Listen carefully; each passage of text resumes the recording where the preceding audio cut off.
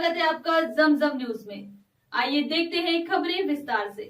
चंदन नगर 25 करोड़ की प्रस्तावित link road पर बवाल। चंदन नगर में काले झंडों के साथ हजारों का प्रदर्शन। पश्चिमी इंदौर में ट्रैफिक दबाव कम करने के लिए प्रस्तावित चंदन नगर से कालानी नगर एयरपोर्ट रोड को जोड़ने वाली 60 फीट चौड़ी नई लिंक रोड परियोजना को राज्य सरकार की अंतिम मंजूरी मिलते ही विवाद खड़ा हो गया है।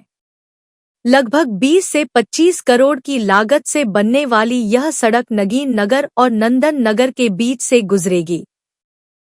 परियोजना के तहत करीब 350 बाधक निर्माण हटाए जाने हैं। वहीं मंगलवार को चंदन नगर चौराहे पर हजारों रहवासियों ने काले झंडे लेकर मानव श्रृंखला बनाकर विरोध प्रदर्शन किया। प्रदर्शन क्षेत्रीय पार्षद रफीक खान के नेटवर्क क्षेत्र में हुआ, जहां बड़ी संख्या में महिलाएं और बच्चे भी शामिल रहे। रहवासियों का कहना कि वे वर्षों से यहां निवास कर रहे हैं, ऐसे में या तो सड़क की चौड़ाई कम की जाए या फिर योजना को निरस्त किया जाए।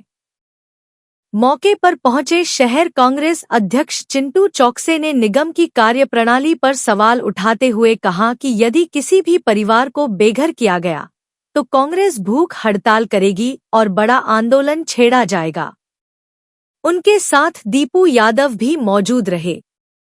प्रदर्शनकारियों ने चेतावनी दी कि यदि उनकी मांगें नहीं मानी गई तो वे न्यायालय की शरण लेंगे।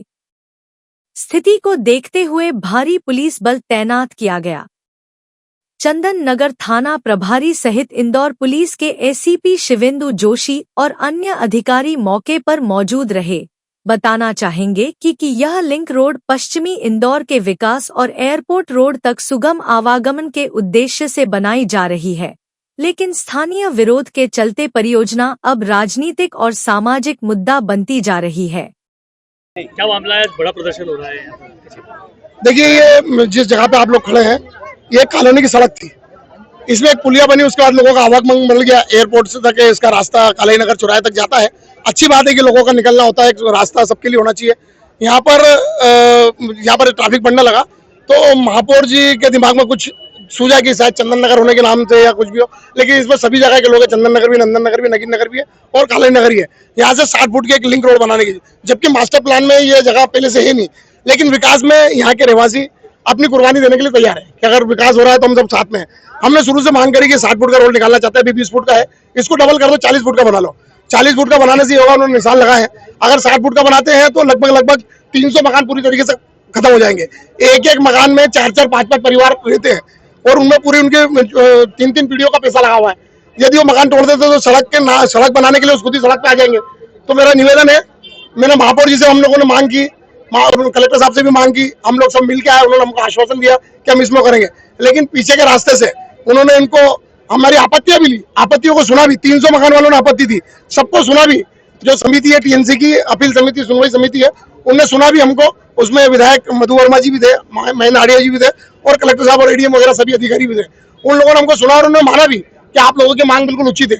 लेकिन जब देखा भी 2 दिन पहले तो एक रूपांतरण करके और गजट नोटिफिकेशन इस रोड के लिए जारी कर दिया गया और ये रोड को बनाने की तैयारी की जा रही है। हमने पहले भी मांग की थी और अभी मांग कर रहे हैं कि उसको 40 फुट का कर दिया जाए।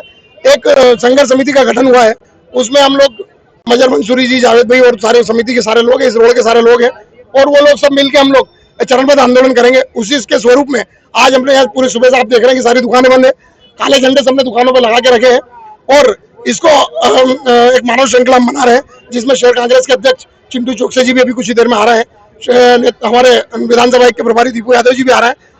हम चाहते थे कि हम कोई आंदोलन नहीं करें, किसी तरीके से हम बाधा नहीं बने। एक छोटा सा जरा सी हमारी मांग थी कि 5-5, 10-10 फुट हुई तरफ से रोड को छोड़ दिया जाए और इस रोड को हम खुद बनवाएं खड़े रह के, लेकिन शायद महापौर जी को ये बात रास नहीं आई कि सुकून से यहाँ से रोड बन जाए। अब हम चरणबद्ध आंदोलन करेंगे। आज हमारा ये आंदोलन है और अभी ये शांतिपूर्ण आंदोलन है। किसी तरह की कोई नाराबाजी आपने देखी, कोई नाराबाजी नहीं कर रहा है। शांति से बच्चों के साथ, लेडीजों के साथ, पूरे परिवार के साथ यहाँ लोग खड़े हैं। यदि हमारी बात को नहीं माना गया तो आगे उग्र आंदोलन भी किया जाए। आपके क्षेत्र में लगभग कितने लोग प्रभावित हो रहे हैं और कितने किलोमीटर? पूरे एरिया में 500 से ज्यादा मकान जा रहे हैं। 300 मकान ऐसे हैं जो पूरी तरह टूट रहे हैं, जिनको ये बसाने की बात कर रहे हैं। यहाँ से 20 किलोमीटर, 25 किलोमीटर दूर फ्लैट देने की, लोगों के मकान 1-1 करोड़ रुपए के मकान हो गए। 3-3, 4-4 पीढ़ियों के पैसा उसमें लग चुका है। अब ये इतनी दूर जाएंगे तो अपना रोजगार कैसे चलाएंगे? कोई साइकिल की दुकान चलाता है, कोई पंचर की दुकान, कोई कचौरी समोसे की दुकान चलाता है, कोई किराने की दुकान लेके बैठा हुआ, कोई ठेला चलाता है। छोटे छोटे काम करने वाले लोग यहाँ पर हैं। कोई मोटर वाइंडिंग की दुकान आप देखेंगे, आगे अभी आज तो बंद है।